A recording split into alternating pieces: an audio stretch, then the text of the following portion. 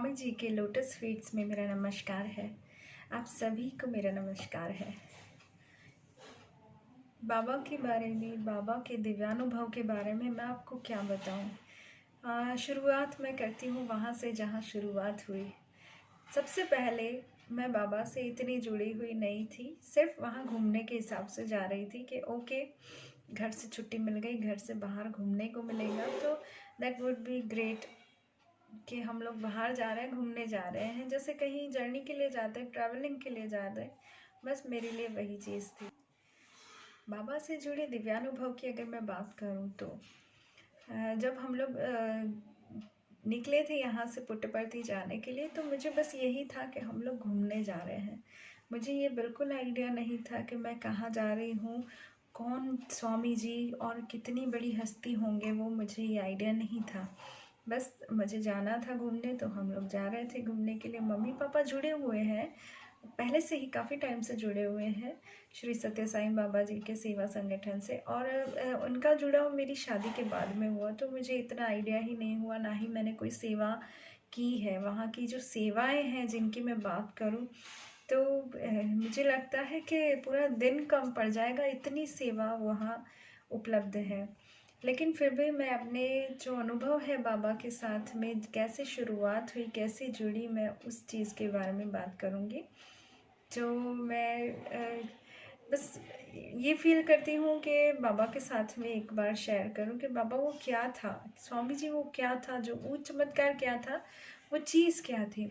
Actually जब हम लोग गए पुट्टपर्थी, सिर्फ घूमने के हिसाब से गए थे, लेकिन जब वहाँ हम लोग पहुँचे तो आई डोंट नो, मुझे हर जगह, जहाँ जहाँ जहाँ मैं देखती हूँ, हर जगह मुझे बाबा दिख रहे थे, हर जगह। पता नहीं वो क्या फीलिंग थी, वो क्यों था, मैं आज भी जान नहीं पाई, आज भी समझ नहीं पाई। और उसके बावजूद जब मैं वहाँ से आ गई थी, उसके बावजूद मुझे हर जगह बाबा दिखते थे, हर जगह। एक वो चीज़ जो बहुत ज़्यादा इम्पैक्ट डाला जिसने मेरी लाइफ में, जिसने मुझे सोचने पर मजबूर कर दिया कि मैं बिल्कुल भी दिल से जुड़ी हुई नहीं थी बाबा से, लेकिन वहाँ जाके मुझे क्या हो गया आई डोंट नो। मैं वहाँ गई, उसके बाद में मैं हर जगह बाबा को देखती हूँ, उसके बाद में बाबा के पीछे भागी हूँ मैं, मुझे मिलना है बाबा से। इतना पागलपन कहाँ से आया, मैं आज तक नहीं समझ पाई हूँ। अच्छा, वो फर्स्ट टाइम जब मैं गई थी उस समय मुझे एक प्रॉब्लम भी था, मुझे रीढ़ की हड्डी में प्रॉब्लम था। मेरी मम्मी मुझे इसीलिए स्पेशली वहाँ लेकर गई थी बाबा के दर्शन को कि मेरी बेटी ठीक हो जाए। मैंने बहुत डॉक्टर्स को दिखाया था, मेरी रीढ़ की हड्डी जो नीचे का हिस्सा होता है ना, हुक वाला, वो ऐसे मुड़ गया था। तो इस तरह से जब वो मुड़ जाता तो वो सीधा होने में थोड़ा टाइम लगता था, तो मैं एकदम से बैठने के बाद ऐसे स्ट्रेट खड़ी नहीं हो पाती थी, मैं ऐसे ऐसे ऐसे ऐसे धीमे धीमे धीमे धीमे करके खड़ी होती थी। इतनी बुरी हालत थी, आप समझ सकते हैं। यंग एज में मैं बिल्कुल ओल्ड एज वाली कंडीशन थी मेरी, इतनी बुरी हालत थी मेरी रीढ़ की हड्डी की, लास्ट बोन। तो फिर मम्मी वहाँ लेके गए थे मुझे कि बाबा सब ठीक कर देंगे। तो मम्मी की जो श्रद्धा थी, विश्वास था, उसको लेकर हम लोग हॉस्पिटल गए थे दिखाने। मैंने बिल्कुल भी अंदाज़ा नहीं लगाया था कि हॉस्पिटल में फीस नहीं लगती, कुछ भी चार्ज नहीं है कहीं पर भी। अच्छा, मैंने सोचा ठीक है, ट्रस्ट है, नहीं ले रहे हैं, कोई बात नहीं। बाहर मैंने जब विंडो पर, मुझे सिर्फ एक गोली लिख के दी थी, सिर्फ एक, 1 डोज ओनली।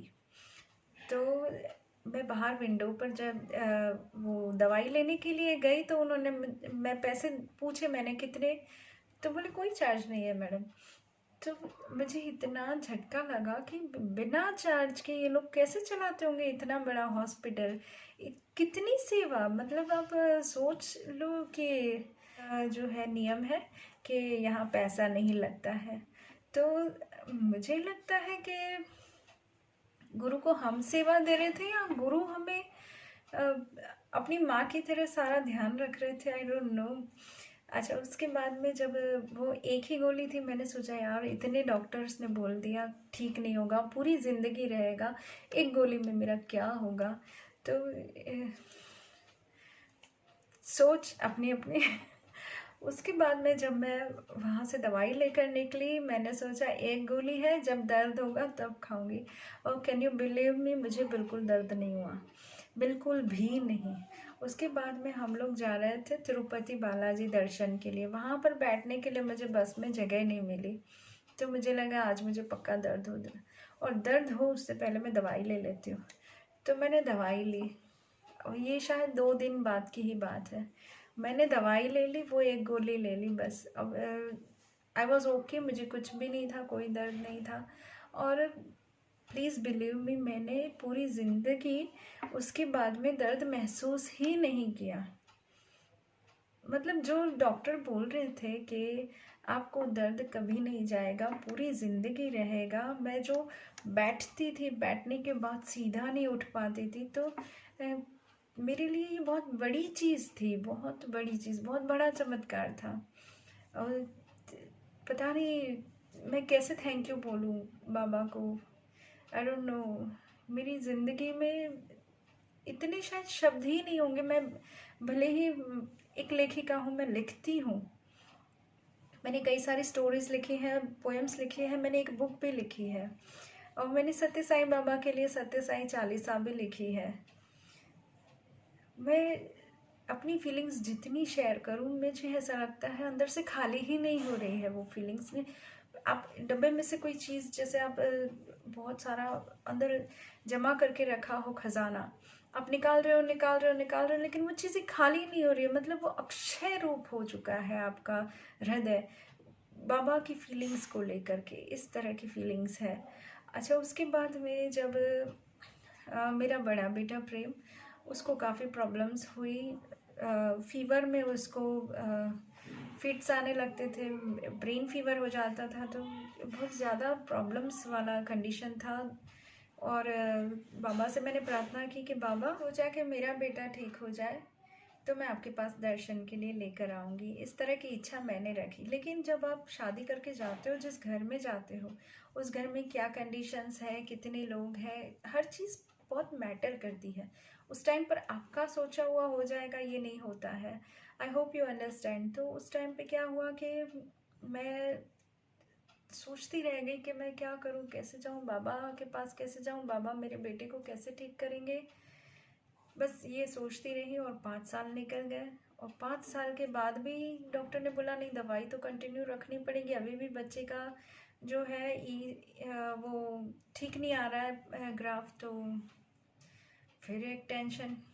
अब 6वां साल आया, प्रेम का बर्थडे। 5 साल का तो वैसे भी फिक्स था, दवाई देनी ही पड़ेगी। फिर 6ठे साल इसका प्रेम का बर्थडे था। उस दिन हम लोग वहाँ पर डॉक्टर के पास गए थे चेकअप के लिए।